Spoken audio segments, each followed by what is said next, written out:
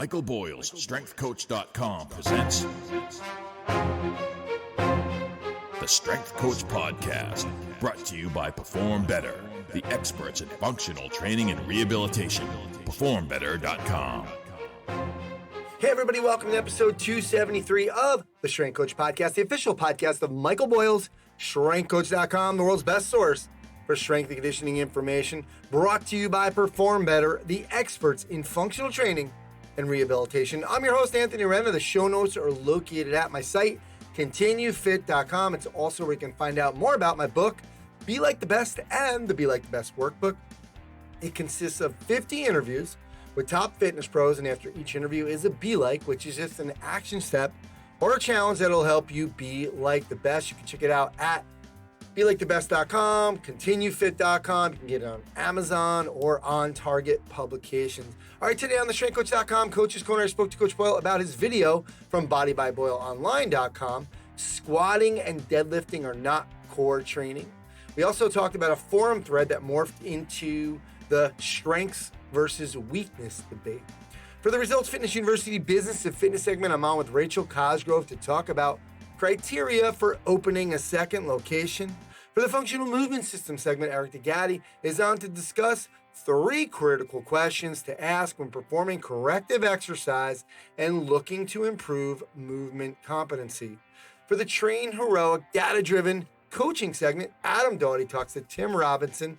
They add to their discussion on training variables and continue their talk about training to failure. Today is part 2, adaptations. Check out trainheroic.com to start your free 14-day trial. Let them know I sent you. You'll save 10% off your first year of the Train Heroic Pro or Elite editions. For the BodyByBoyleOnline.com Hit the Gym with the Strength Coach segment, I have on Lawrence Herrera, founder and co-owner of the Performance Ranch in New Mexico. Talked about jumping into the fire of training MMA fighters with Cowboy Cerrone in 2013, who coincidentally is his partner at the Performance Ranch now. Managing different qualities of training for fighters, his philosophy on conditioning, training small groups of fighters in different camps, challenges of partnering with a well-known fighter, and different groups of popular fighters when trying to attract general population clients into the facility. That and so much more coming up. Lots of things to get to, so let's get on the phone with Coach Boyle. All right, now it's time for the StrengthCoach.com Coach's Corner with Coach Boyle. StrengthCoach.com, the world's best source for strength and conditioning information. Try it out for 3 days. Just $1. You'll have access to all the articles, videos, and programs, as well as the best forum on the net. It's the only place to have full access to Coach Boyle. He's on every day answering questions on the forum. We've had some really, really good discussions. We're going to go over a few of them today. You can check that out at StrengthCoach.com. Coach, how you doing? I am doing great as usual, Anthony. How are you? I'm doing. We have to know. We normally want to know about the weather. We got to know, how's the floor coming at the house? The floor is done. Finished. Wow. I am now a flooring installation expert. If anybody needs me to be on their flooring podcast, they can call me and I will do it. Are you going to do it like a certification with this, or? Oh man! Certified functional flooring. There we go. Come on. See, it's in. F. Additional streams of revenue, Mike. Come on. All right, let's talk about, you posted a video from BodyByBoyleOnline.com, one of the staff meetings, about squatting and deadlifting is not core training. And it's funny because I obviously I've known you for a long time, so I'm always wondering where these things come from sometimes. Like, that had to be like, Mike, I either had to see that a lot. People are trying to say, hey, you don't need to do core training. I squat and deadlift, because it did kind of get into this idea about bilateral and unilateral. So expand on the squatting and deadlifting is not core training and why you posted it. Well, we posted, that was actually only that was Tuesday's meeting, which was interesting. And I don't know who, Steve Bigelow must have clipped it and posted it, because somebody got it up there fairly quickly and it was not me.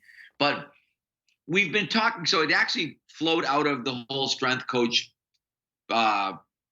forum thing, where we were talking about like elasticity and reactivity, and Nate had asked about the 4-jump test, and so we were kind of going around and around again on 2 different threads about Do we train specifically for power? How strong is strong enough? And then that got me sort of on that rant of it doesn't really matter, because it's ultimately, from an athleticism standpoint, it's unilateral that matters. It's the guy that can put the brakes on one leg. And I think part of it was from having watched the playoff games, and you see these guys changing direction, or the football playoff games specifically.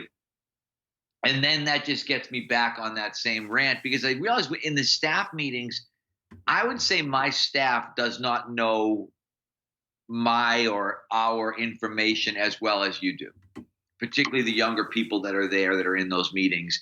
And so I find, and I say it all the time in the staff meetings, it's a Coach Parker-ism that I really like, in that I may have said this 1,000 times before, but I may not have said it to this group. And I've probably said that 100 times on these podcasts too. Yeah. But if someone hasn't listened to every single podcast, they may never have heard that statement. And so I realized that I need to repeat things, because that became like, people were retweeting that and commenting on it, and that's great. And I'm thinking, I've said this about 9 million times before.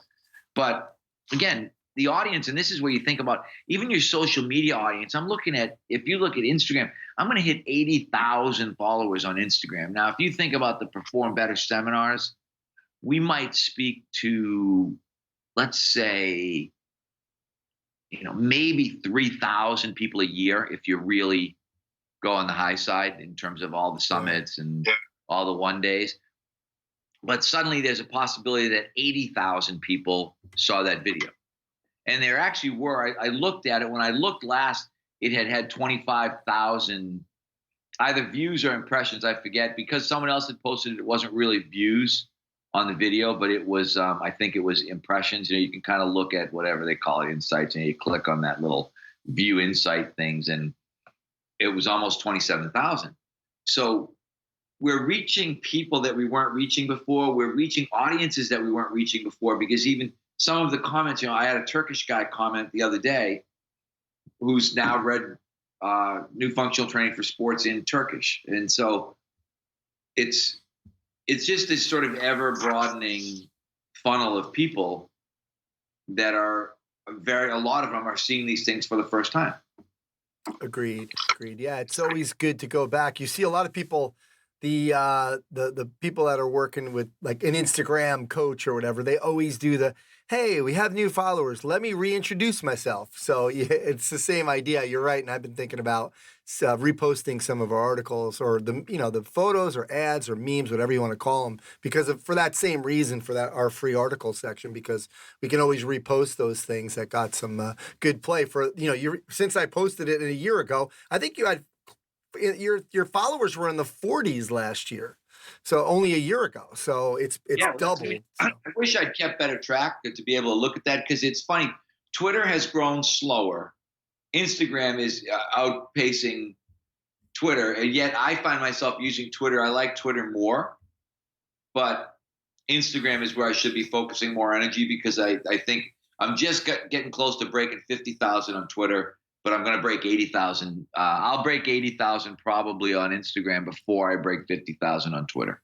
Yeah, well, I will say, for anybody that wants to understand the difference with what you do there are more conversations on Twitter with better strength coaches, more experienced strength coaches. Like there are, and obviously you have your trolls too, but there seems to be a really good conversation, and that either leads to strengthcoach.com conversations or things that were started on strengthcoach.com that we're getting, you get those really quick hits from people. Whereas I don't really see that conversation on Instagram, but I will tell people, like, if you want to see some good conversations, your Twitter feed does have that.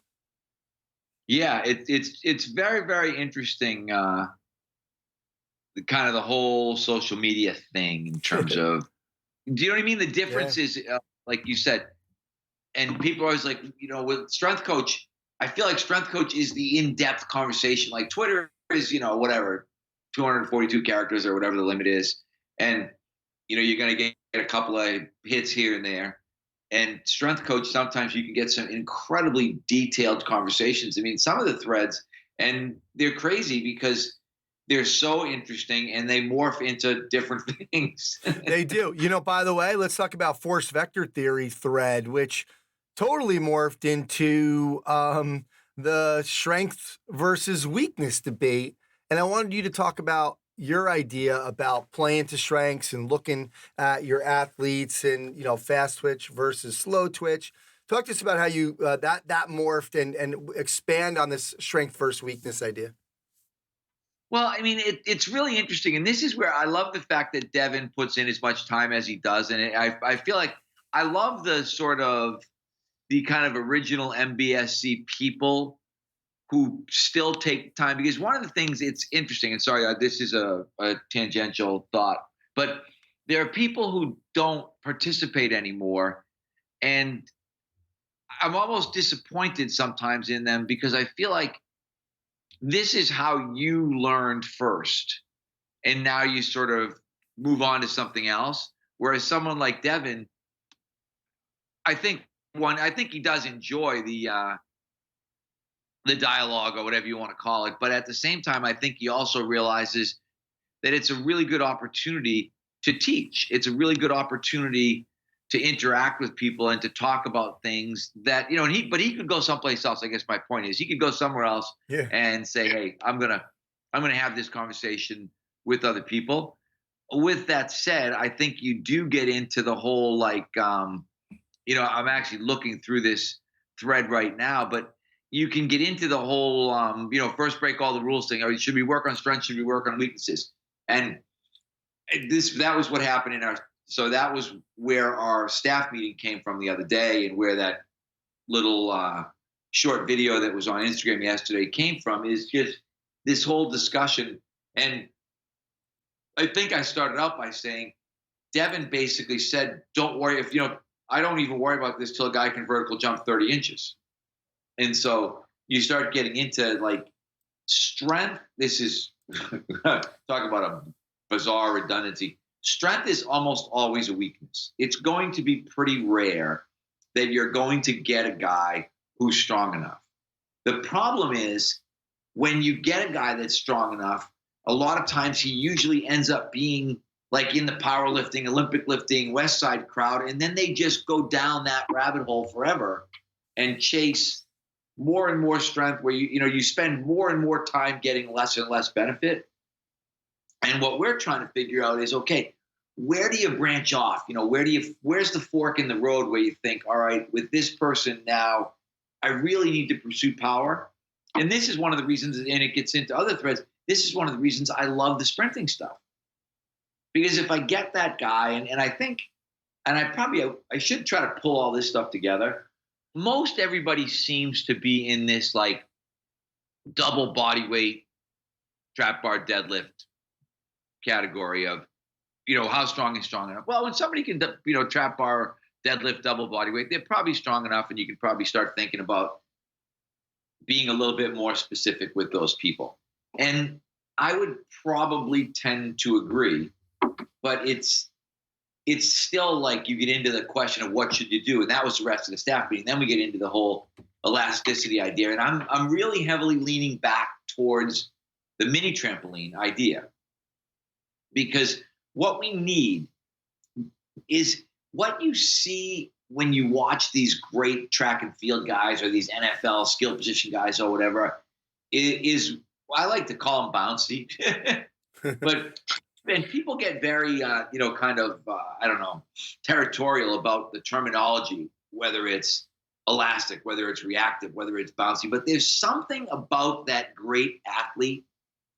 And to me, it's bouncy. Like basketball guys, they'd say, he's got hops, But yeah. You look and think, these are the guys that hit the ground and they bounce off the ground. Literally, I remember the early plyo books always talked about the Super Ball. The guy looks like a Super Ball. You throw it into the ground, and the harder you throw it, the harder it comes off the ground. That's the guy you're looking for. Or more importantly for us, it's the guy or the girl we're trying to make. And we're always trying to figure out, how do I make that person? How do I make somebody more bouncy, more elastic, more reactive? What is it that's going to do it? And this is where we get into the strength weakness thing, is you start saying, Well, you've got to be strong enough. And that was the whole point of the conversation yesterday. I said, somebody else was talking about, drills, doing, we need to do more unprogrammed drills and more tag games. And I'm like, it doesn't matter. If the person doesn't have great unilateral strength, they're not going to be a great direction changer. Unless they are, that 1% super neural guy who's already elastic and bouncy without doing anything.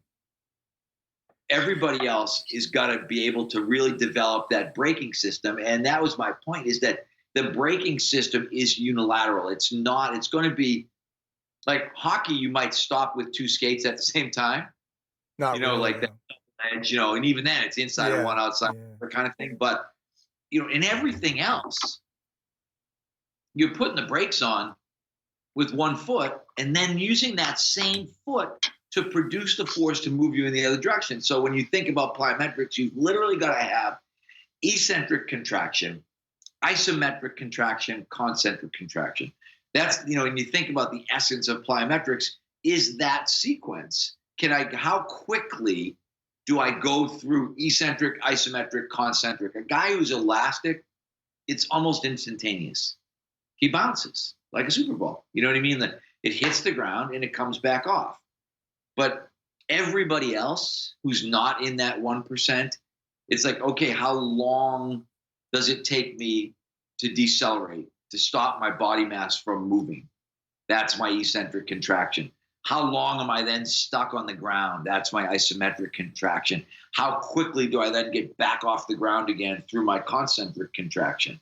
I think, and we could tie it in, the ACL thing is just people, they don't have the eccentric. They can't they don't have the brakes. And it's like, all of a sudden I don't have the brakes and I've got too much mass going.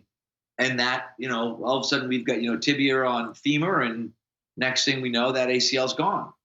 And it's, there's just so much of it keeps coming back to, all right, I got to be strong. How was that? That was like Ramble City. Yeah, but it also makes me think of, and I have Lawrence Herrera on today, who trains a lot of MMA fighters. Cowboy Cerrone is his partner down in New Mexico. And we were talking about, when we started talking about endurance, one of the analogies I was using was like, that you use a lot, is the bucket analogy, but then there's sub buckets. So I think it's an important concept in terms of, because I was thinking, okay, there is a certain amount of trap bar, deadlift, strength. Okay, cool, we got that, but what's the single leg strength that we need? What is the pulling strength that we need? What's the pushing strength that we need? So I think when we say strength, we have to remember that there are those sub buckets, because it won't just be one thing. Right. And also you realize that it's almost like you can't really get into the unilateral sub bucket if you don't have some bilateral strength. That's what I'm finding. And I go back to Mark and his friends. We don't get as much out of our unilateral stuff as we should yet, because we don't have enough bilateral strength. Do you know what I mean? They struggle. Like one leg squat is a battle. It's not something that we can really effectively load. And so there is, and this is where I think people get a little bit screwed up in the strength and conditioning community, is, as I said, I think they don't know when when you hit the fork in the road. And I said this yesterday in the meeting, because I was doing the same thing when I was a college strength coach, is all of a sudden you realize, wow, I spent the whole off season getting this guy's squat to go up 10 pounds. He used to be able to do 490. Now he can do 500.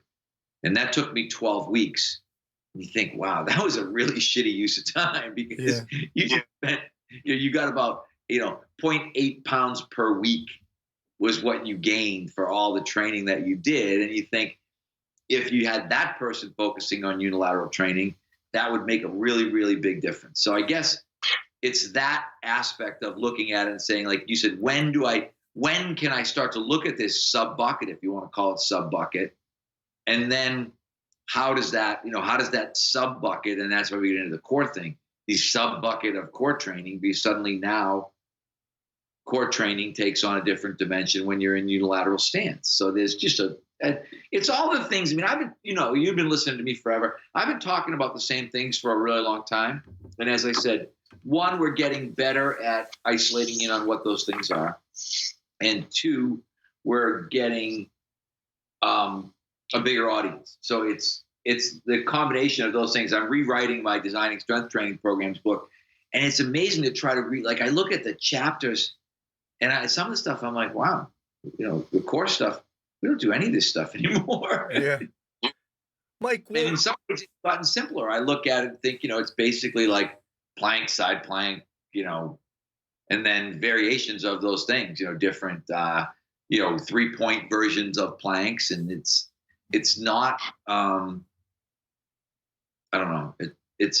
I think it's getting simpler, I guess. Well, it's also, I think what I see is the role of the strength and conditioning coach becoming a little bit more defined, and you're starting to take out certain, what was a priority then, maybe might not be a priority now. Because what made me think about, like, when you said, we should be doing more games, blah, blah, blah. Some of these things, I feel like, well, where's the line? It's a little bit similar to the strength and conditioning or and physical therapy line. Where do we draw that line?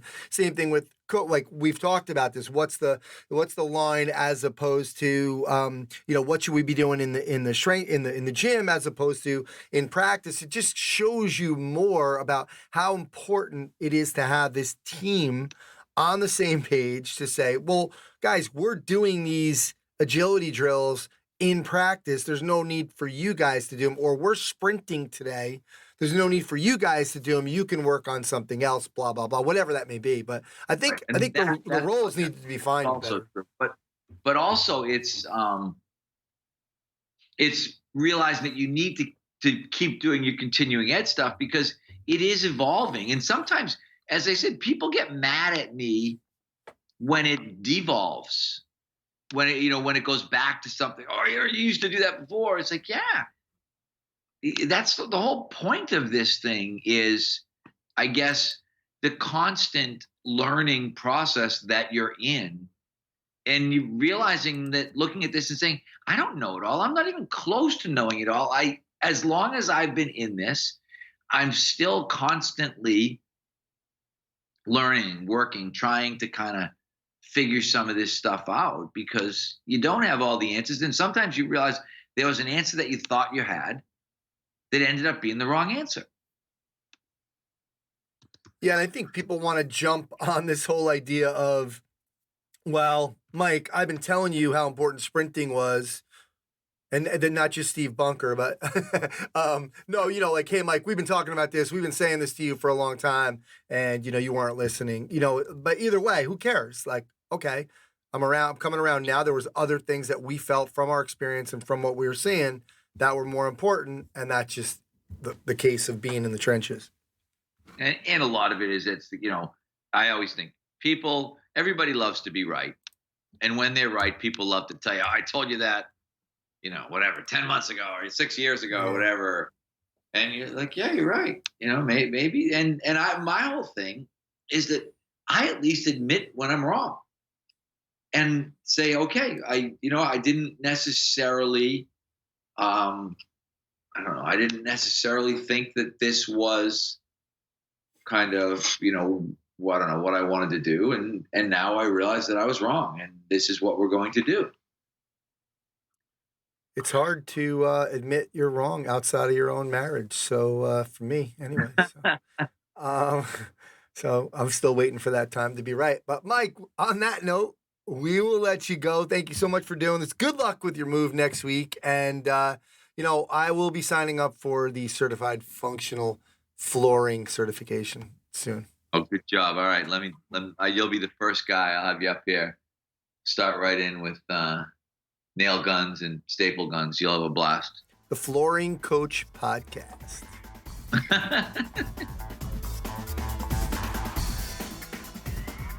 All right, hey guys, right now at Perform Better, they have the free online shipping, no minimum order. It's only for online orders, but there is no minimum order, so you need to take advantage of that. Also, the one-day seminars have started January 25th in San Francisco, February 8th in LA, then they're off to Austin, Orlando, Boston, and Chicago. Also, if you don't know about this already, they have a facility design team. So if you go to performbetter.com, click on the fitness facility gym design page. Their design team does it all from concept to completion. And it's really cool. If you go there, you get to see some facilities, but they also have like a 3D model that they make for you.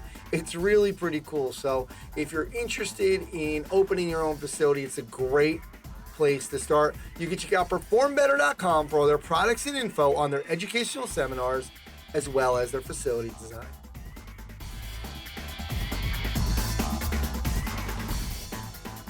Welcome to the Functional Movement System segment. My name is Eric Dagati, and today we're going to talk about the 3 critical questions I like to ask when performing corrective exercise and looking to improve movement competency.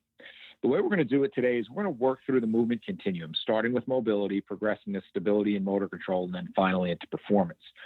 The first question is, when do we have enough? When do we need to regress? When do we need to progress? And then when do we need to change plans altogether? And how do we know what we're doing is even working? And so a principle that we teach in our workshops is the Goldilocks Principle. And that when we implement a correction or an exercise, we say that it's kind of like the children's fable of Goldilocks and the 3 bears, where there was 3 bowls of porridge. One was too hot, one was too cold, one was just right. Well, I use that analogy by saying some exercises are too hot. They're too difficult to do right now. Some exercises are too cold. They're too easy. We're past that. Or some are just right, and that's what we're looking for. So the 3 questions that I ask along the way, starting when we start to implement mobility corrections, is, can you get there? Meaning, can we even make improvements in your range of motion and mobility? And the only way to know that is to have baselines and consistently check your work as we go through. Now, as we check your work, progress with your FMS score is not the only thing we're looking for, because that sometimes is going to take a little bit more time, where we may have some other measurables that are a little bit more sensitive, where we can see either just some subjective changes within something like shoulder mobility, where they're improved by multiple centimeters or inches, but they have not yet achieved a 2 or 3 that we're looking for, as well as we can see some global positive responses from the system, such as changes in your breathing screen or your heart rate variability, your motor control screen, your grip strength. Those types of things may also see some positive changes before we see that FMS score jump up.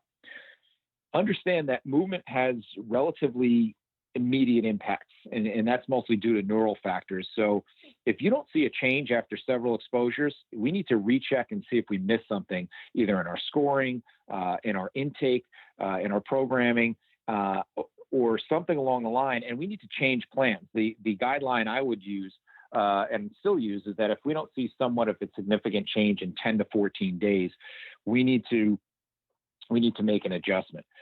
Now, sometimes we also understand that we may be fighting a losing battle. So if we're working ankle mobility, when I used to work with a lot of NFL offensive linemen, it is not uncommon that they develop a lot of bone spurs and bony adhesions that stop and block that ankle from gaining any more range. So I have to understand that and realize that I am never going to make a significant change in their dorsiflexion because there's a true joint restriction there. Now, the next question is, if I do gain range of motion, I don't own it. I'm just renting that range of motion. So I know you can get there, but my next question, the second question is, can you own it? Meaning, can you walk in cold off the street and without doing a whole bunch of correctives, can you show me that same shoulder mobility, leg raise, or whatever have you? So now we need to move on to motor control and stability. And as the analogy that we'll use is, we're hitting save on that document, where mobility kind of tells our body what not to do. This kind of tells us what to do with that new range of motion. So the question is, if we add motor control or stability, how do we know if it's working? Well, we need to have a baseline and a measure for progress, and that's where the motor control screen comes in. We should see improvements as we add more and more stability in there until we get to the passing mark. If we're not seeing improvements, we may be progressing too fast. We may even see that score regress if we try to push the needle a little too far. The other thing we need to make sure of, even if we do make improvements in motor control, that we don't lose the improvements we gained in the mobility test, whether it's shoulder mobility or leg raise or whatever mobility test we're working on. And remember, that's why we're here in the first place. Also, understand that there's an interplay between mobility and motor control, and one can hide the other. We can have a motor control issue that's actually a mobility issue in disguise, or vice versa. The key is, once you've passed both, where we have sufficient mobility and motor control. Now we're going to tell you that you have movement competency, but that's just the ticket to the dance. That doesn't mean you're ready to go out and use it. So the third question is, can you actually use it? And that's going to be activity specific, whether it's running, throwing, jumping, or whatever the demands of your environment are going to require. Now, sometimes your environment may require some additional specific movement that's not going to get picked up on with just an FMS screen. And so that's where we may need some additional movement screening specific to your activity, such as a TPI screen or the on-base university screen. Because we need to also understand another thing about the FMS, it doesn't predict success. It just predicts failure. It's very similar to the eye test. If you wanted to be a race car driver, fighter pilot, or an MLB hitter, that if you fail the eye test, you're never going to get that job. But if you pass the eye test, it doesn't guarantee that you're going to also be one of those either. So the other thing we look at is the confusion of semantics. So if we look at the squat, if you pass the squat test in the FMS, doesn't mean you're going to be successful in the squat exercise. Next, you need to learn the exercise skill, what we commonly call form, and that's the art of exercise execution that you need to get coached in. Then the next step is we need to develop the physical capacity, meaning how much can you do or how many reps. If your form is great, but then diminishes with increased weight, or if your 20th rep is bad after the first 19 were great, that's a loading issue. That's not a movement issue. So we need to understand where the problem falls. And if we don't check our work along the movement continuum, we're going to miss something. So in summary, on the roads, we have road signs, we have lanes, we have guardrails and speed limits to make sure we know we're going in the right direction, as well as remaining safe. Testing and checking your work using a system does the same thing in your training programs. So where do I plot someone on the movement continuum? If I have active straight leg raise, our corrections run everything from breathing on the floor all the way up to performance with kettlebell swings. Testing gives me the feedback and lets me know where to plot you exactly where it's not too hot, not too cold, and it's just right. Thanks again for listening. As always, make sure to check out functionalmovement.com for more information. This is Eric Dagati.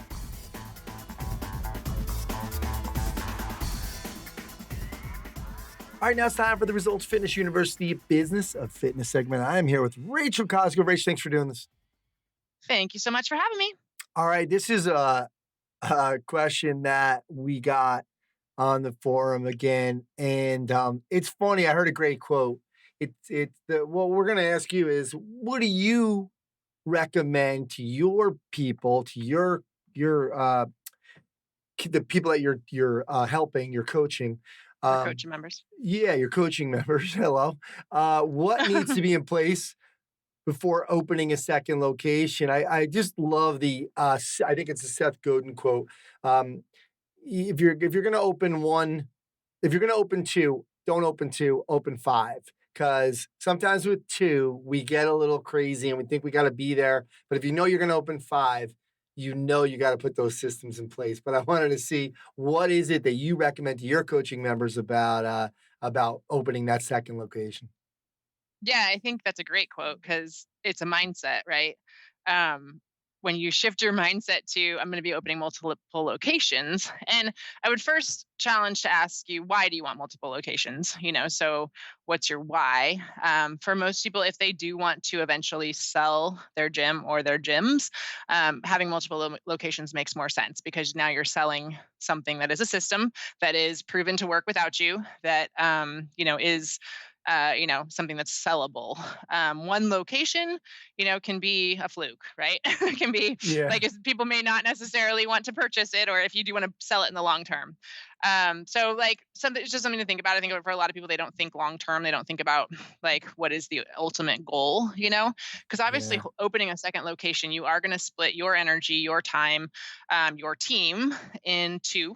And so when you do open that second, we're not probably the best people to give advice on this because we haven't ourselves opened a second location, but what we have done is we've opened a second business. So we did open a second company, which did take our energy to a second place, right? And so our gym has to run itself.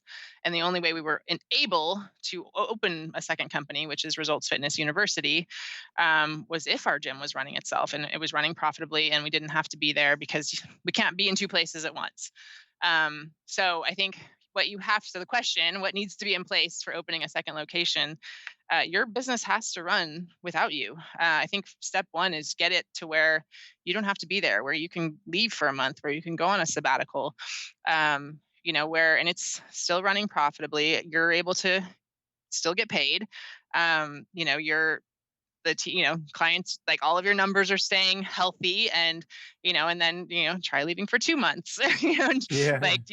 take a sabbatical, go do something fun, and then you may realize that, hey, why do I actually want to open a second location? I'm having a good time just running this one location, which is what we decided for our lifestyle. Is like we love having the one location, gives us the freedom, and I think that's our reason for having a business, is to have time freedom and money freedom. So just make sure you've thought through your why. Like, more is not always better.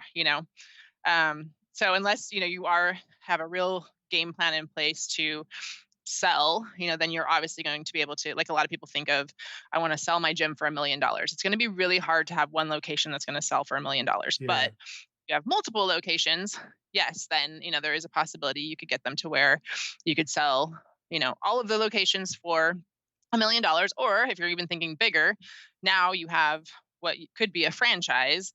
So you could set it up as a franchise, and then you can sell, then you have an entire franchise you could sell, which for some people, that's their why, their motivation, the direction that they want to go.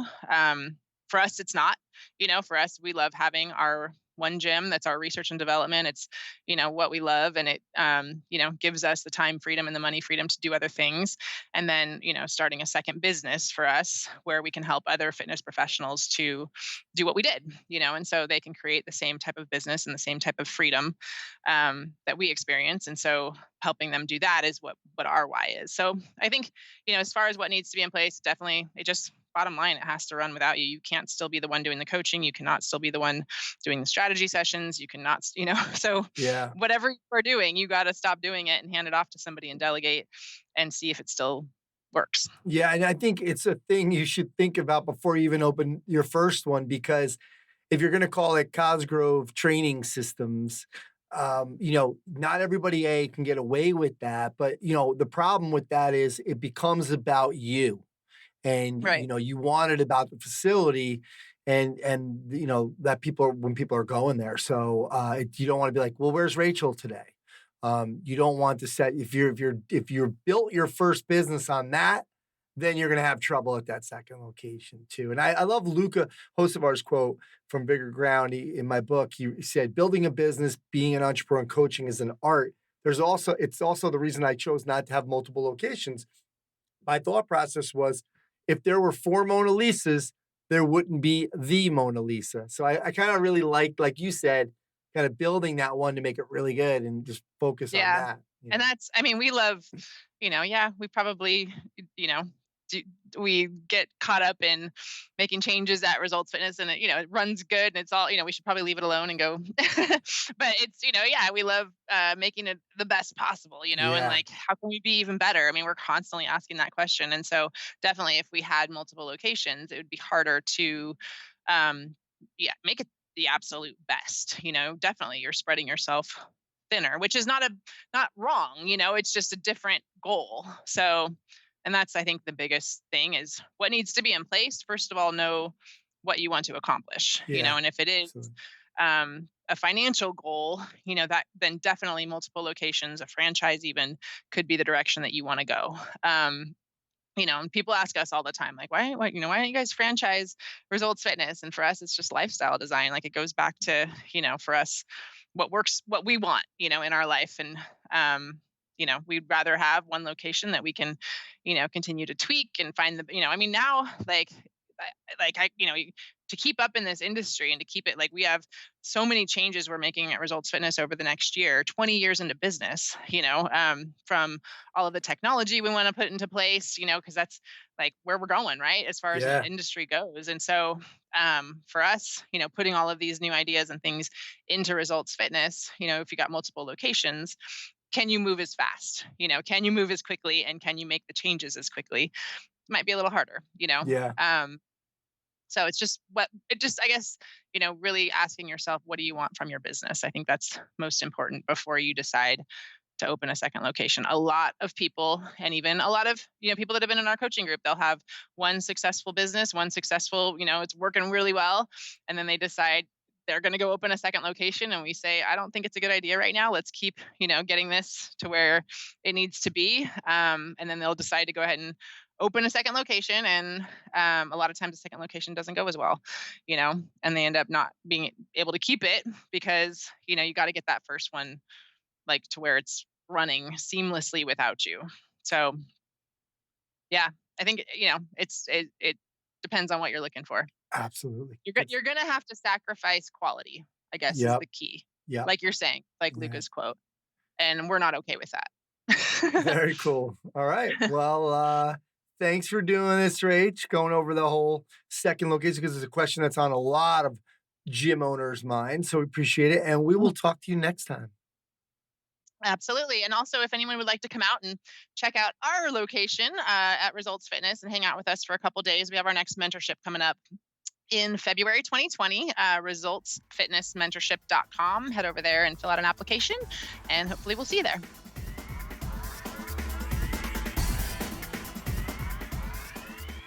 Hey, this is Adam. This is Tim. Welcome back to the Train Coach Data-Driven Coaching segment, 2020 edition. Love it. Let's go. So, we've been talking training to failure. Right. And to recap briefly what we said before, we kind of came to the conclusion that, being close to failure within a couple reps, a few, is probably about as good as, or as good even, as going to failure in each set. Right. And, if there's a difference there, it's small. And changes in hypertrophy are hard to measure in studies anyway, because you don't grow that much in the standard study typically. Right. And the noise in the measurements is not insignificant. So it's a little hard to measure, but it's not a large difference regardless. Mm-hmm. Okay. Now let's talk about like power or strength and power, like more specific sport adaptations. Yeah. But let's go back to something we said before about we were talking about task failure. Right. That's training failure is really the momentary inability to do something very specific. Yeah, you have to create enough power to push through, like talking lifting specifically, push through the hardest parts of those lifts. And obviously on your rep 1, you're going to be producing more power than on rep 8. Sure. Right. So the weight of the bar is the same. You're moving the same weight. You moved it faster. Yeah. Right. You accelerated it more. Power is force times velocity. And the force is probably higher, it's going to be higher in the first rep than the 8th versus the 8th. Like, it seems pretty apparent to me that, like, the quality, the actual, like, stimulus produced by those is not the same. Yeah, exactly right. So, and I mean, your ability to push through at the very bare minimum in that 8th set is kind of what we're talking about. Well, because that's really what the squat, what you're really talking about. Can you do better? I was able to produce the minimum, meet the threshold to get through the hardest part of the lift. Yeah. That's what that means to succeed in a squat. Great point. All right, so that in mind, let's set up a little condition here. Let's set up like a thought experiment. Love it. It's actually a real experiment. We'll talk about that in a minute. We'll get there in a second, yeah. But let's throw it out there first. So, okay, let's say you had 2 groups of lifters. Okay. And they're like semi-trained. They're not like supreme power lifters. Sure. But you're going to train them in the squat. You're going to train them twice a week. Mm-hmm. And they're both going to do 3 sets each time. Okay. Okay, but the difference between the groups is one of them is going to stay way far from failure. Okay. They're going to stay, we're talking like 5 reps from failure. Got it. So we're talking like even more than we've been saying is good for hypertrophy. Like they're just like basically only doing like the crisp reps in the set. If you want to think about it that way, like, hey, when it starts to really slow down, they're done. You're done. Okay. Got it. All right. And then the other group is going to take it further than that. Okay. They're not going to go to failure on any sets, but they're going to be closer. They're going to be in the ballpark within probably like 2 or 3, Yeah. They're going to be closer. Okay. Which group? So let's say one important thing about this is that also means that the group doing closer to failure is doing more volume. Sure. Because they're doing the same number of sets, they're just doing more reps. Mm-hmm. Okay. Who's going to get better hypertrophy gains, do you think? I would say the group doing less or doing more volume is going to get bigger. Yeah. I mean, we've talked about those proxies for like hypertrophy, like being closer to failure and doing more work. Mm-hmm. Okay. I put some money on, I bet that group's going to do a little group better. Group A, Adam. Group A. Let's go for it. Put $20 on them. Sure. If I'm a betting man. Okay. Strength. Mm-hmm. All right. So now remember, like the other thing is like we're having these people push every rep as hard as they can. Yeah. Right. That's kind of a criterion when you're talking about like using velocity. Sure. They have to be trying on each rep. Right? Absolutely. Okay. Strength. I mean, I would lean towards. I would say the people doing the least amount of reps, the fastest would get stronger. But didn't the other group also do those reps? Oh, dang. Right? They just did more. They just did more. Okay. Right? That's what we're talking about here. Good point. Like, ideally, that's how it's set up. It's the other group just did a few more reps in each set. They did those plus some. Okay.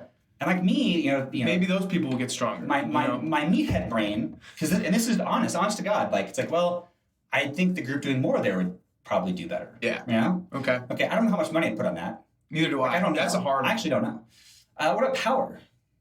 To me, power is the bar moving the fastest. So the people doing the fewer reps, you'd think would be moving the bar faster. But again, those people still move the bar fast at the beginning of the sets. Yeah. And so I would guess those would be similar. Okay. Like I would expect them to be similar. Okay, so this is a real study, as we kind of indicated, from Pareja Blanco in 2017, titled Effects of Velocity Loss During Resistance Training on Athletic Performance, Strength Gains, and Muscle Adaptations, if you'd like to look it up. But they set up this exact condition. They had two groups, and one group lost more velocity in each set. They just basically got more fatigue. Yeah. And they indeed found that, the group doing more work, going close to failure, grew more. Okay. The strength gains in the squat were similar. Okay. So maybe it is like, those handful of good reps they did to start the set was actually the more important stimulus there. Yeah. Don't know. The power was interesting. This is not one I necessarily would have predicted, but in counter movement jump, the group staying further from fatigue gain is like 9.5% versus 3.5%, which was a statistically significant difference. Yeah. That's a pretty, 6 percentage points there. Cool. And they indicated, they did some fiber analysis, and they said, well, the group doing less training here, they preserved more of their heavy chain, their 2X fibers. Got it. So that one's a little hard to predict, but it also has been seen in other studies when you start training to failure and stuff like that. Makes sense. Interesting. So long story made short here, maybe training to failure is just not that important. Whoa, shake it up, Adam. That's going to do it for today. Go to trainheroic.com, start your 14-day free trial. When you're talking to one of our representatives, tell them the Strength Coach podcast sent you for 10% off a year, Pro or Lead Edition. All right, now it's time for the BodyByBoyleOnline.com. Hit the gym with the Strength Coach segment. Become an insider to Mike Boyle's strength and conditioning with staff meetings, in-services, and complete access to the MBSC programs. That's BodyByBoyleOnline.com. All right, today I got my friend on, Lawrence Herrera. He's the founder and head coach at the Performance Ranch in Albuquerque, New Mexico. He co-owns that with Donald Cowboy Cerrone. He's also the state director for the NSCA. He consulted for Nike, which is where we met originally, and he was nominated for the 2017 World MMA Awards Trainer of the Year. He's actually done a lecture for NSCA called Training Combat Athletes in a Group Setting, as well as strength training for the endurance athlete. So also got some articles published in peer-reviewed journals, and he's appeared on several UFC Countdown and Road to the Octagon show. Lawrence, thanks for doing this. Thank you, Anthony. It's great. It's actually awesome being on this show. I was just kind of talking to you about listening to this show for so many years. I kind of got a lot of information from all your guests that you have on there. So I just hope that I can help and inform other coaches and people about the training part of stuff. So thank you. Absolutely. Just from my experience with you, I know you're going to be able to do that. But I do want to backtrack 1 second here. Tell everybody how you used to listen to this show. I want the kids to understand about ancient history. Yeah. So back, I still remember when I discovered the show, we're probably in episode 100 or so. So I downloaded 1 through 100 on an iPod, and I would go on runs or on bike rides, and I'd have it playing in a headphone set and just kind of listen to it. And this is before Bluetooth, I said everything was plugged in. I had wires all over the place and just making a mess, right, as you're trying to run. But that was awesome. And I can't even think how many years. How many years has it been now? Has it been 12. Since 12. Oh, since 12. Okay. Yeah. No, it's 12 years. So it was 2007. 12 years. 2007. Yeah, that makes sense because that's about the time I started listening to this. That's when I moved to Albuquerque from San Diego. So yeah, that was back in the day. Well, let's talk about you have a partnership with Donald Cowboy Cerrone, one of the top MMA fighters. Just had a fight the other night with Conor McGregor. But when you first were, I love his story. Like you were first training, you were more of an endurance athlete and training a lot of endurance folks and general pop. And you weren't even really, you never really trained, you never really did MMA. Like I was telling you, like I grew up caddying, I played golf. I opened, I got a certification from Titleist and I opened 5-Iron Fitness. So, but you were like kind of hanging around and tell the story about how you kind of got into working with MMA. Yeah, so the facility I was at before the Performance Ranch, we did work with several fighters there. Actually, our first fighter that we ever had, and again, that was my old partner at the facility. Carlos Condit was the first client that had came in with him, and he trained him up for that fight, and then he also trained John Jones a couple times, and then Greg Jackson started coming in, so that's the head coach for all of these guys. And Cowboy had just lost to RDA the first time. That was back in 2013. Actually, it was August of 13. He had just lost on a Saturday night. Cowboy walks in on Monday morning and basically says, "Greg told me I need to come in and I need to train, and I need to get strong." So it was like drawing straws, right? We're like, hey, who has time? Who can get him in? And I was like, I can do it. I got time right now. I was like, okay, cool. Boom. There you go. Here's Cowboy Cerrone. So, and it's kind of unique, right? Because at the time, of course, he didn't have all the records and accolades of what he has right now, but it was still Cowboy. I'm like, wow, this guy's a really good fighter. I just watched him fight like 2 days ago. So yeah. Yeah, I had no idea what to do with him in essence, right? I was like, okay, I got to figure this out. So, obviously with my background with, my exercise science and all that kind of stuff, I did research right away as I found the books that I need. So I go right into Joel's book, Joel Jameson. I look at Lauren Landau stuff. So I start reading articles and I'm trying to scour the internet for any information that I can find, and then I'm like, well, this seems pretty simple. Like it's you got to have conditioning with adequate strength. So I'll start to put some things together, and at the time we were actually working with under Boyle stuff. So we were doing the Michael Boyle, what was it called? The where he has his own gyms, like the Thrive. The Thrive, exactly. Yes, okay. So we're using Thrive, and I had already been using a lot of Boyle's methodologies and his systems. And I was like, I'll just do a lot of this stuff that we do now, these systems, and look at the anaerobic system, the aerobic system, and I'll try to put together stuff. And, as you do it, the first time it's okay, this is starting to work. And, Cowboy at that time went on a 7-fight win streak. And then, of course, that came to an end again. He met up with RDA and he lost that. That was for a title. We reassessed, kind of started back at a higher weight class and went from there. So overall, it's been fun. Like with Cowboy alone, I've been with him for 22 camps. And that's only in 5.5 years. So, I mean, I know most fighters don't even get that in a whole career. And being with him for that long, you get to see a lot of stuff. And,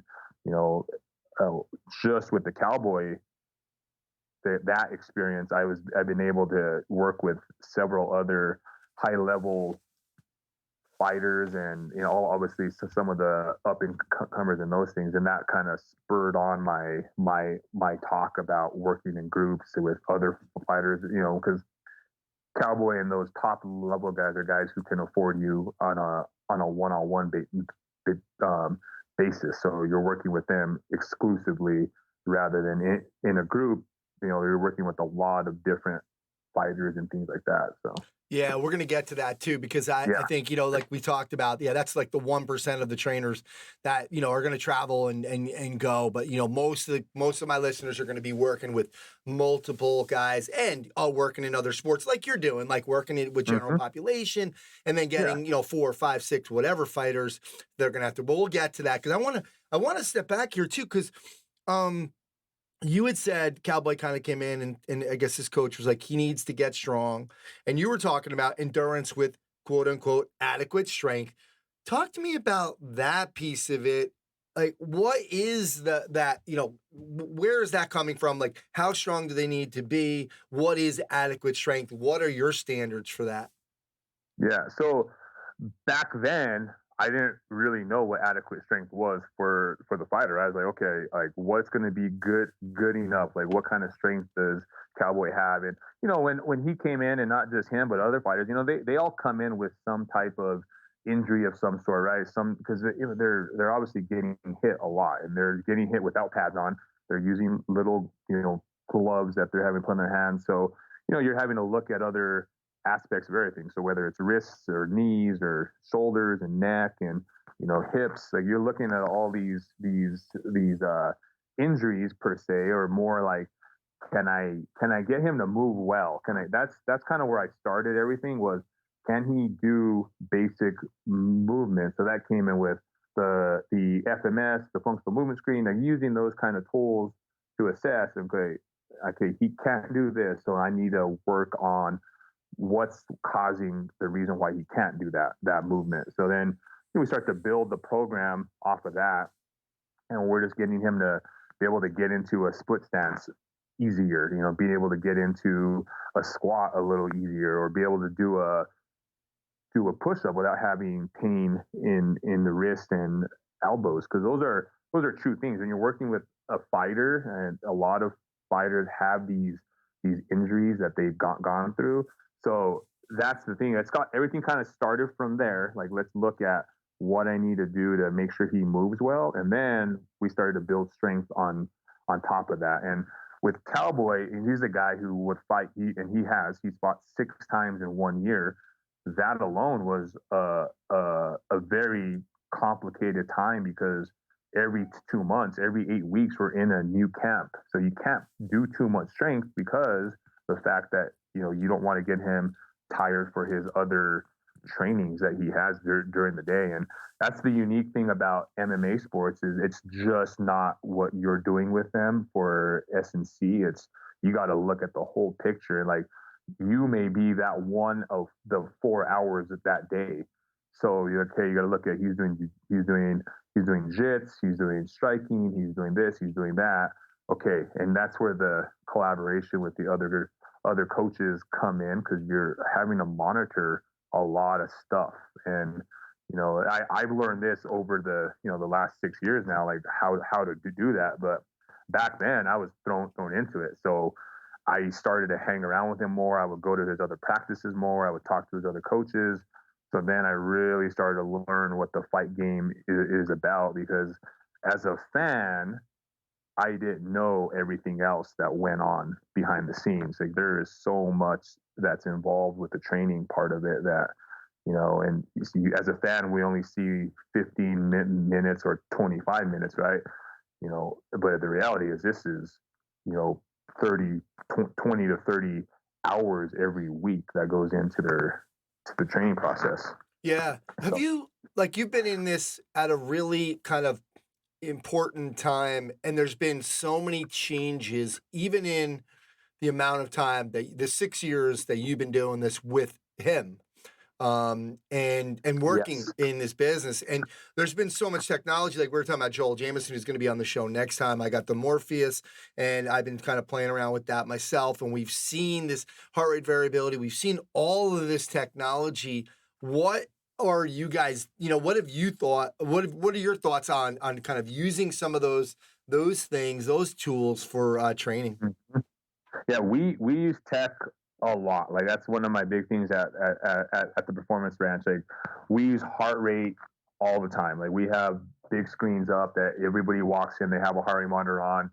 But not just knowing their heart rate, we've also done some type of test prior to. So if it's a fighter, we do a ramp test with them to kind of see where their peak heart rates are, and then we use an estimator of about 75% to figure out what their thresholds are. And then from thresholds, we know, what kind of day we're going to do with them. And we use heart rate a lot to drive their training. But, if we're using like the big air bikes, or the watt bike. We have one of those here as well. We use watts as well because now that's coming into my endurance side. So because I'm an endurance coach, first and foremost, I have a lot of experience on power and watts, and how the training process can be manipulated and changed based on where we want them to peak at. I use those numbers and tech a lot to really drive what the MMA guys are doing as far as what kind of numbers we're looking for intervals. If it's a sprint based day, a lactic day, or is it going to be a lactic day, more threshold, or is it going to be a aerobic day? We're going to try to just keep them at a lower pace and keep their heart rate down. Because we see it, I've used all the stuff. I've never used Joel's though. So again, I never used Joel, but I've used the Aura Ring, and I currently use one myself. I have one on my hand right now.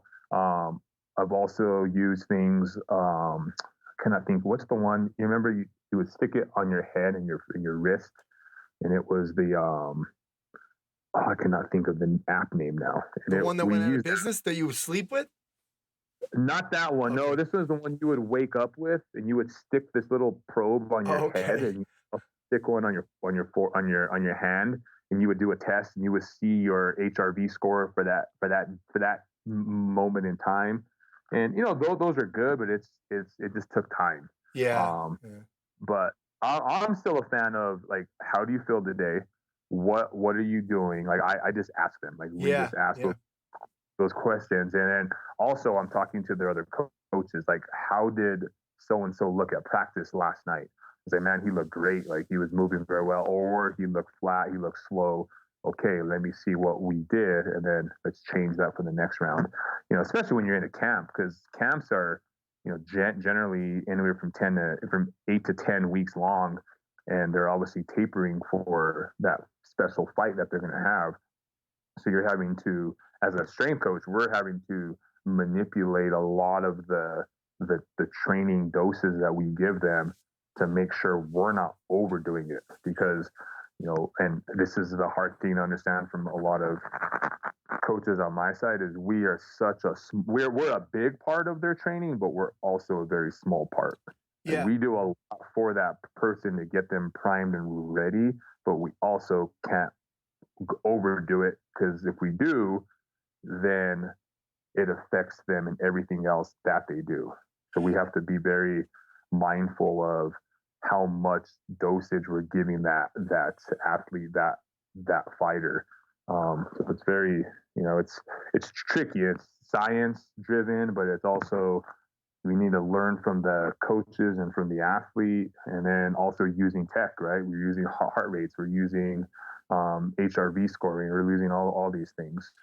So it's got to be frustrating though, because I know working with some of my hockey kids, they're always going to want to be out on the ice, and then they want to get these skills camps, et cetera, et cetera. And I've been pleading with them. I'm like, give me 8 weeks. Like, I don't, like 8 weeks where I don't want to say, like, you have practice today. I just said, look, you guys got to get strong. And these kids finally, their parents realized that, that was coming from the right approach. And we did that last summer, and it worked amazing. Guys were gaining weight, they gained strength, and they're all kind of contacting me now in season saying, wow, that was really, and then I got one of the dads was just kind of like, we're going even more next year, because this was the way to go, and he's got to be even stronger and bigger and blah blah blah. So it's got to be frustrating for you. Like, Cowboy goes, like, when you were working with him and you did those camps, 6 camps in 1 year. That's literally the whole time there's a camp. So you really don't have any time where it's like, hey, Lawrence, this is your time. You got the next 8 weeks. Get him strong, get him big, boom,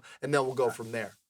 Yeah, no, it was never like that. It was win on Saturday night, and then by Tuesday, okay, we're fighting in 2 months, this guy. They're like, okay, let's go again. Like, the good thing is every camp was built on the previous camp. So it was like, okay, we knew. Yeah. So that's the way I always looked at it too. I never looked at it like I need to have Cowboy or whoever at optimal performance in 8 weeks. Like, I didn't look at it like, okay, they got to be the best I can ever do with them in this 2 months time. I looked at it in the long term, like, okay, I got, probably 3, 4, 5, 6 years to get them ready for these big fights, and that's the way it kind of looks. And, we're working with some of the other guys now. Like I'm working with John Jones now, and this is my 5th camp with him. So working with John,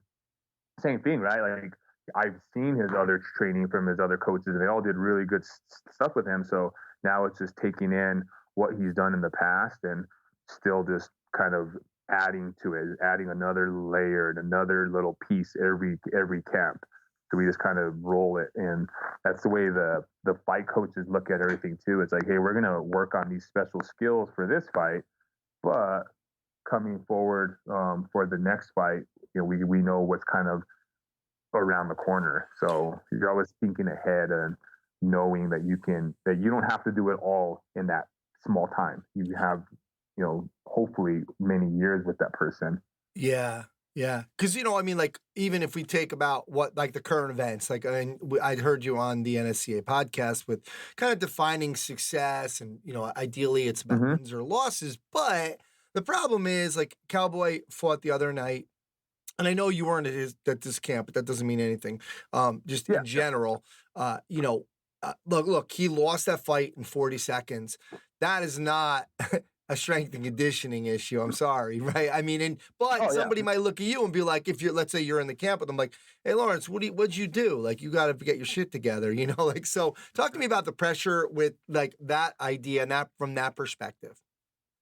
Yeah. And that's always like, there's always pressure with those things, especially in a game like fighting. It's literally win or lose. And that's the hardest thing is, it sucks for a lot of coaches in a sense, because your career is kind of defined as that, like how well did your guy do, or was he able to win, was he able to do these things, and then if they lose, then it's like, okay, you didn't do this with him.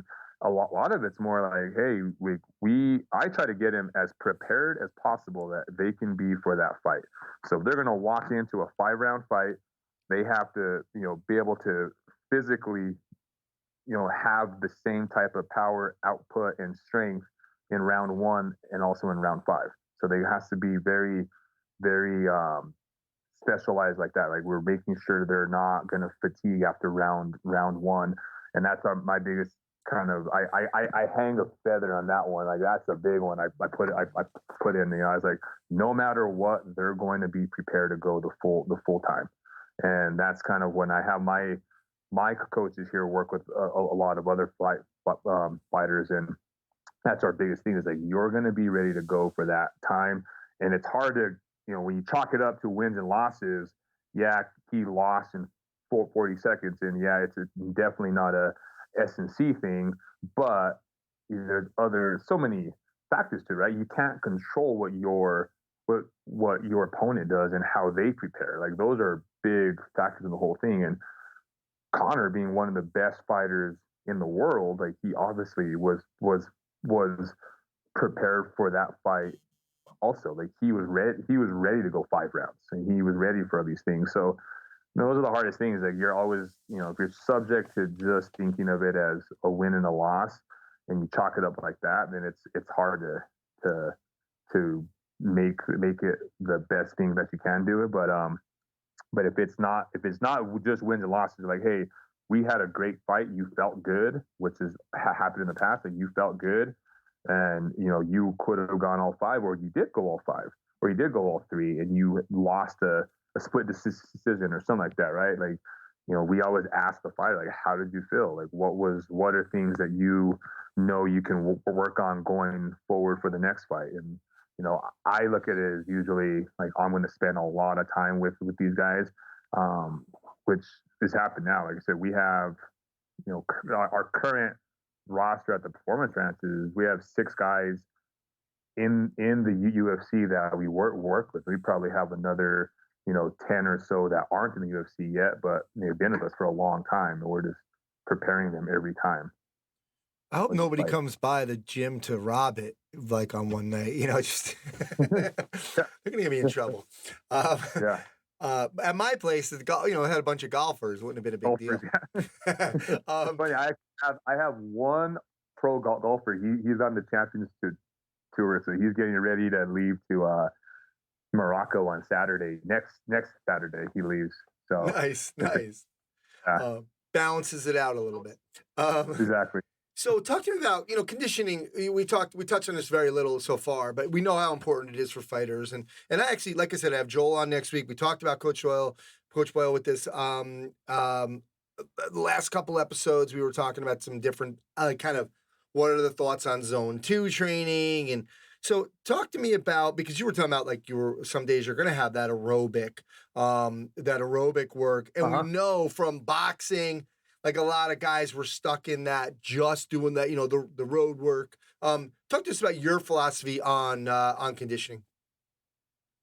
So conditioning, again, I take a lot of this from Joel, from Lauren, from the UFC PI also. Like all this is kind of, we've all exchanged ideas. I've had great conversations with Joel about this stuff. So, this is all something that we really think about is fighting. When you go watch them fight and train and spar and do these things, they're typically always in one zone, and that's usually right around threshold or just below.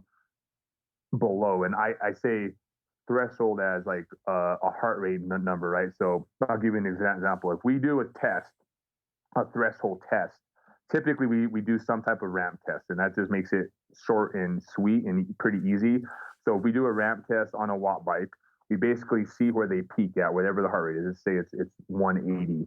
So then I take 75% of that approximately and say, okay, 75% of 180. Now that's, I'll use an easy number. We'll say 200 they got to. So then 75% is 150. So threshold happens right around 150 beats per minute. So that's threshold. If you go watch them train and you go do these things and it's that same, you see they're typically hanging out right around that same mark, right around 140 to 150-ish, and they're always there. So pretty much all their training outside of us is typically done at that level. So because of that, I don't like to really attack that level too much. I like to go either below it or above it, so more of a polarized effect.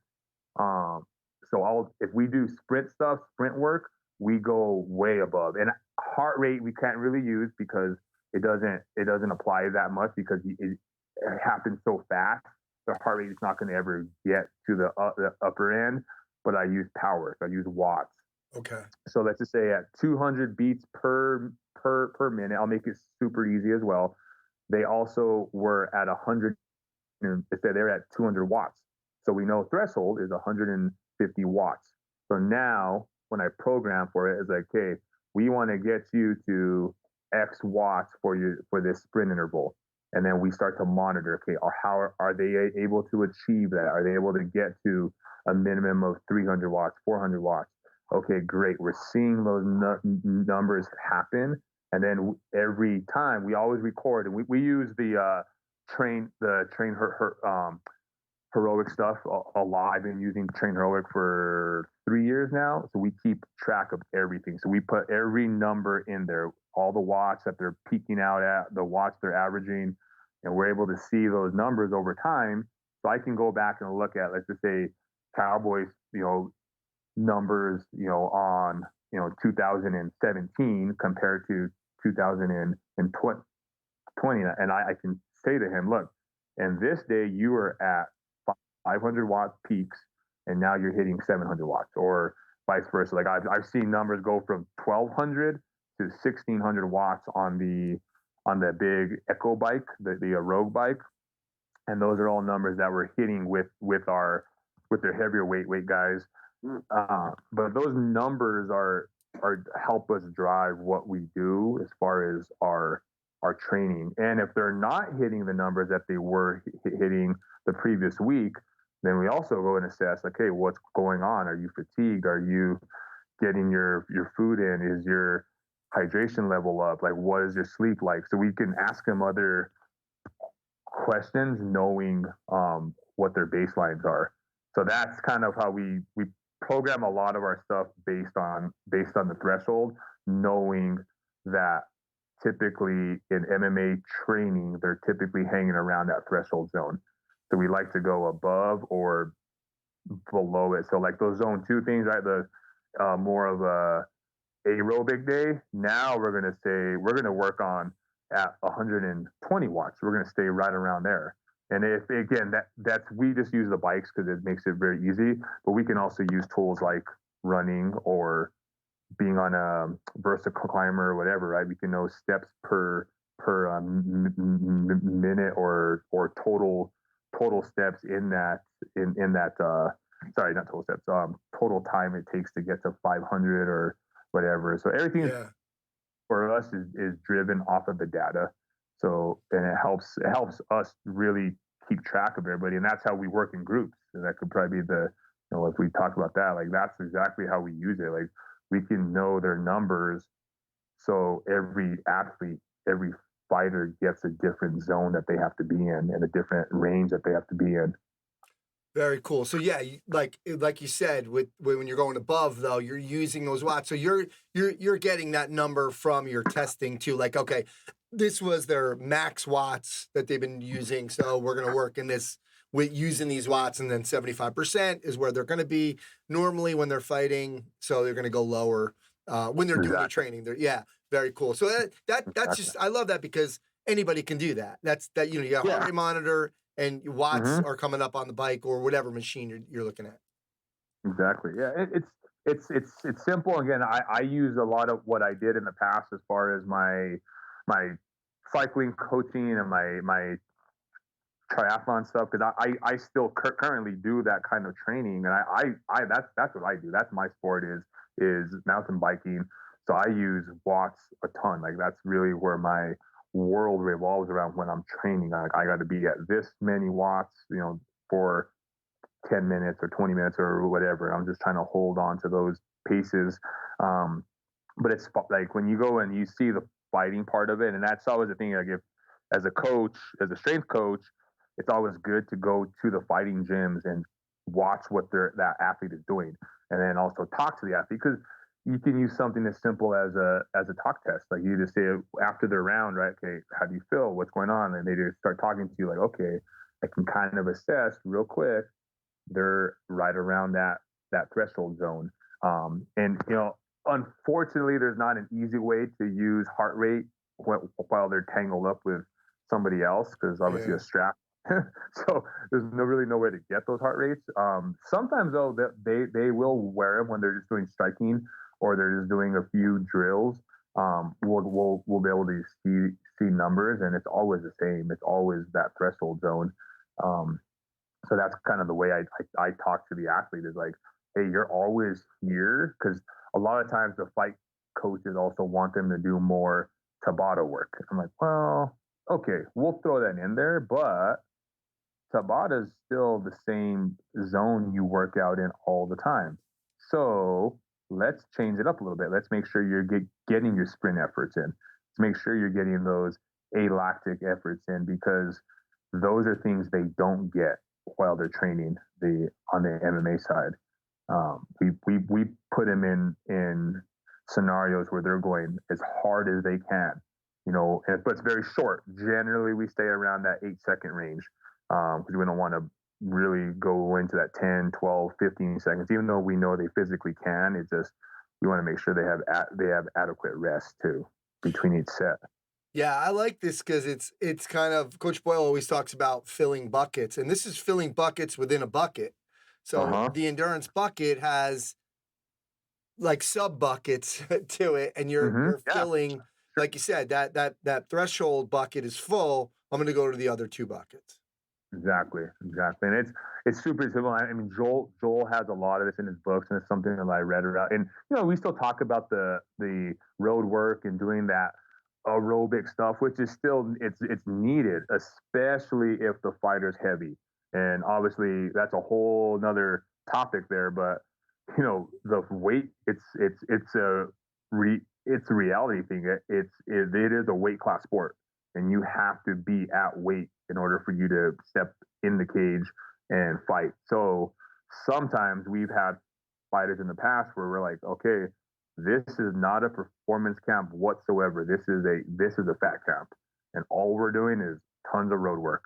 And road work not necessarily could be, you know, running on the road, or a lot of cycling, because we like to keep the legs with not so much eccentric load. So we swim a lot. We'll ride the bikes a lot. We'll do stuff, but it's at very lower heart rates and more at steady pace. And all it is calorie burn. It's trying to burn as many calories as possible in that time. And that's, you know, luckily we don't have very many fighters that come in like that. But when it does happen, those are the protocols we usually go to. Is okay, we're in a fat camp now, so all we're trying to do is lose weight, and it's tough. But those ones are tough.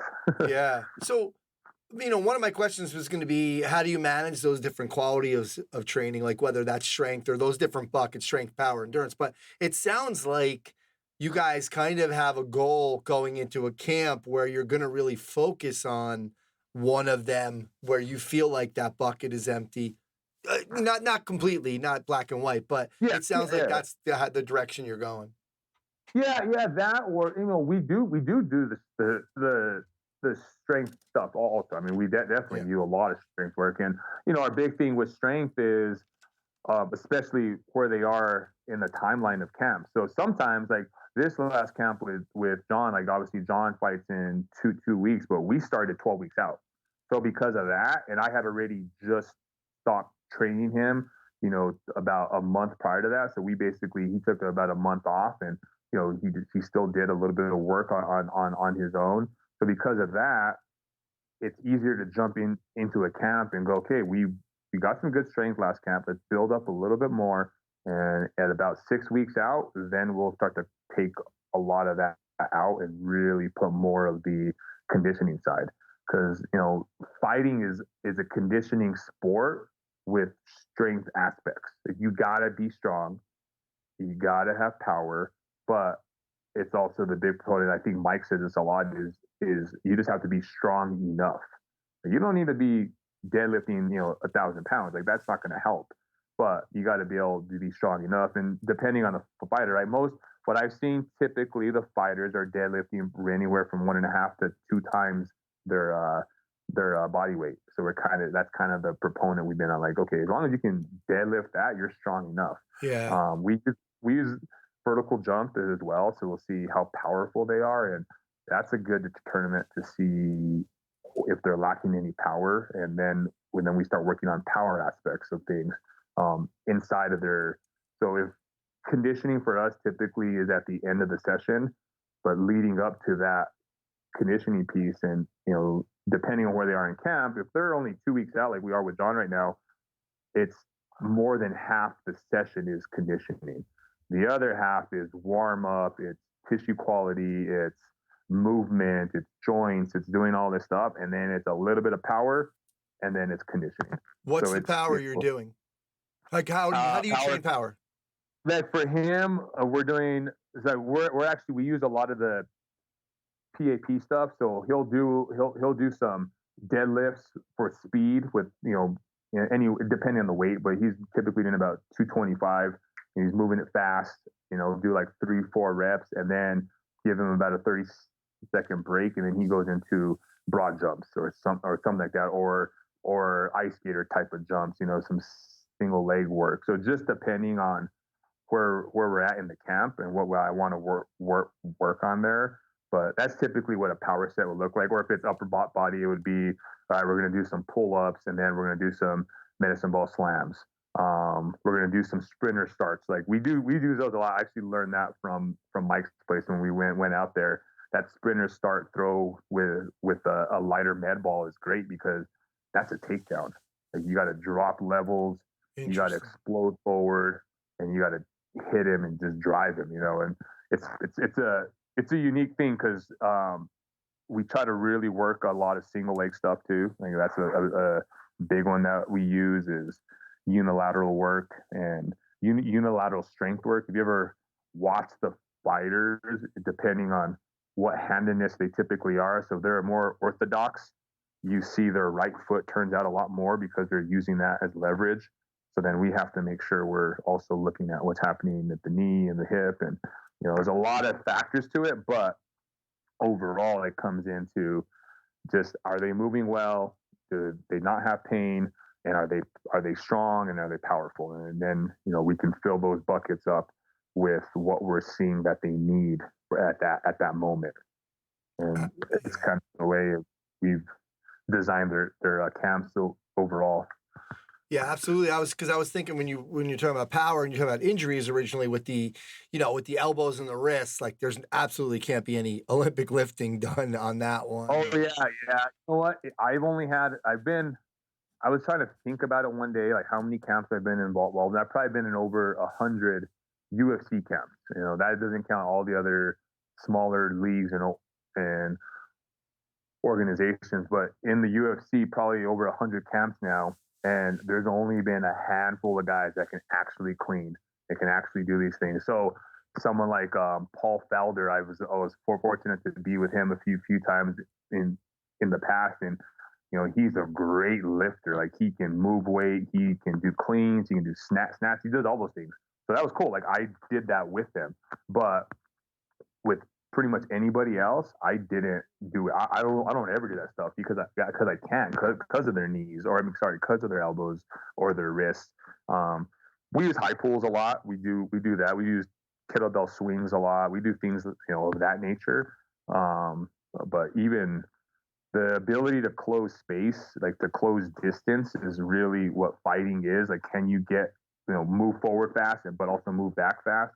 So we'll do a lot of broad jumping type of stuff, or some single leg bounding and things like that, because they got to be able to fill that space up.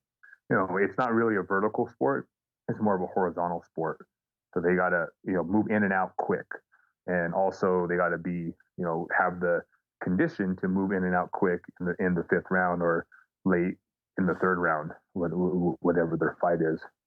Yeah, it's so interesting. Good stuff. Yeah. Lawrence, let's finish off here with just you opened the Performance Ranch with Cowboy and a couple of years back. And obviously he's a pretty famous guy. John Jones is pretty famous. And like guys who know UFC, you got like 6 guys in UFC right now. You have a bunch of other guys.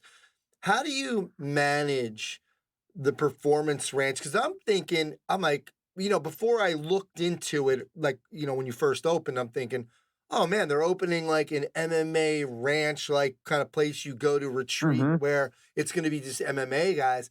Talk to me about like being in business with a top MMA guy, being a guy who's known as a MMA trainer that you are. How do you manage that with business and general pop and that type of stuff? Because it's got to be hard to kind of, people have this idea of what you are and they might be intimidated. So what are the challenges that you've kind of faced with that? Yeah, it's unique because, like, for instance, on my Instagram in the last week, I had been hit up with tons of people asking to come out and train at Cowboy's Ranch, right? I'm like, well, just so you know, Cowboy's co-owner of the Performance Ranch, but this isn't his actual like training center. So Cowboy comes in every now and then and trains here, but he has his own ranch. So he has the BMF Ranch, and that's up in his house, and he has a whole facility there with mats and everything you would need, all the strength and training equipment you need, the bikes, the Versa climbers. He has a full decked out place. It's really, really cool. And he has apartments there. He has all that. So he brings his whole camp over and they train there. So as in the business side, because we're basically the public gym. Like this is somewhere like you can only go to the BMF Ranch if you're invited there. Like you got to get a special invite, and you got to know people to Cowboy obviously to go over there and train. But at the Performance Ranch, that's the MMA side is only about 10% of our actual revenue. It's very, very small compared to what our regular general pop and stuff is. And it's pretty cool to get the notoriety and the recognition, on ESPN and all these things like Fox. When it used to be Fox, people would say, "Oh, I saw your video the other day on ESPN or whatever." Like, oh, that's cool. But the reality is we don't do any MMA training here at all. That's the old things that I had to tell the people on my messenger the other day was like, yeah, I don't train. We don't do MMA here. We train strength and conditioning for MMA, which is, piece of the pie, but we also do a lot of general pop. That's pretty much, and I think that's every gym. It's 80% of your total revenue. It's the moms and dads that are coming in here, and we have youth athletes as well, more on the performance side. But really, the general pop that's our thing. That's our bread and butter, and we do pretty well with that. And it's fun.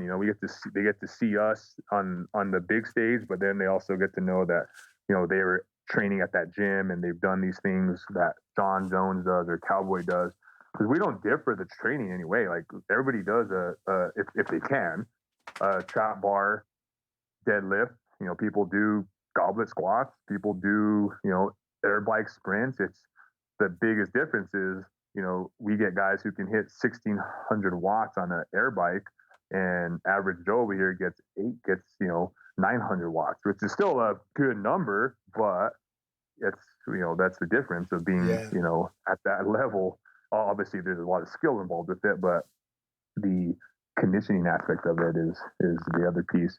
But yeah, it's nice to be able to have that, and it's great that Cowboy and I did team up on this place, and we started and we created this, and obviously Performance Ranch was named after his BMF ranch, so we were able to use the ranch name and logos and things like that. But it's unique because we always in the market have to distinguish ourselves as a fitness place and not an MMA place. Yeah, and that's a tough one. And I'm sure with Drive 95, right? I bet you had a lot of. Or is it Drive 495? Correct. Don Saladino, he had Drive 495, and he's probably got people coming in there thinking they're gonna train with him first of all, and they're not, and then probably the same idea for Don. So. Yeah, exactly. So, those are all things that we always have to in the public's eye, we always have to distinguish that we're not just a fighting gym. Yeah. And you've probably seen our Instagram feed. Like we have a lot of just regular people that we're trying to help out, and we're trying to portray that through our social side. We'll still put our fighter things in there a little bit, but I had to really make a business choice. So like, do we want to rely just on the fighting part of it, or because we've been training general pop for so long and we've had good success with them, like let's just keep that going. Yeah. Hey, look, it's a good problem to have, right? Yeah, for sure. Well, Lawrence, thanks for coming on and talking about your experience. Love your story. About how you got into this and kind of the way, because a lot of people will be intimidated by that, like just kind of getting somebody that at that level and not really ever training with an MMA fighter, and then kind of turning that into something really big and then eventually another facility. So thanks for coming on and talking about how you train your MMA fighters. We really appreciate it. Thank you, Anthony. Yeah, it's an honor to be on, and I hope somebody got something out of it. So if they have any question or anything, they can always message me, and I'll try to help them out. Yeah, we'll have all the links to the Performance Ranch on the show page. So Lawrence, thanks again. Perfect. Yeah, for sure. Thank you.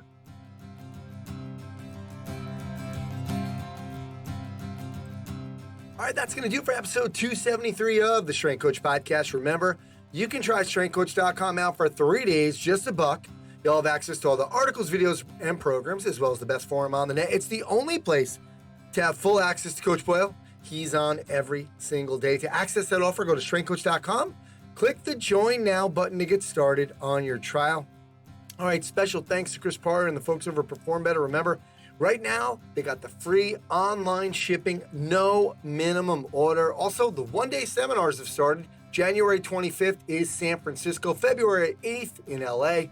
Then they're off to Austin, Orlando, Boston, and Chicago. Check out performbetter.com for all their products and info on their educational seminars. Thanks to Coach Boyle and Lawrence Herrera for sharing their insights and philosophies into the world of strength and conditioning, performance enhancement, and MMA. Thanks to Adam Doughty, Tim Robinson, and Train Heroic. Head over to trainheroic.com. Start your free 14-day trial. You got to get with this online training. If you're not, you're behind the game. Let them know I sent you. You'll save 10% off your first year of the Train Heroic Pro or Elite Edition. Thanks to Rachel Cosgrove for the Results Fitness University Business of Fitness segment. Check them out at resultsfitnessuniversity.com.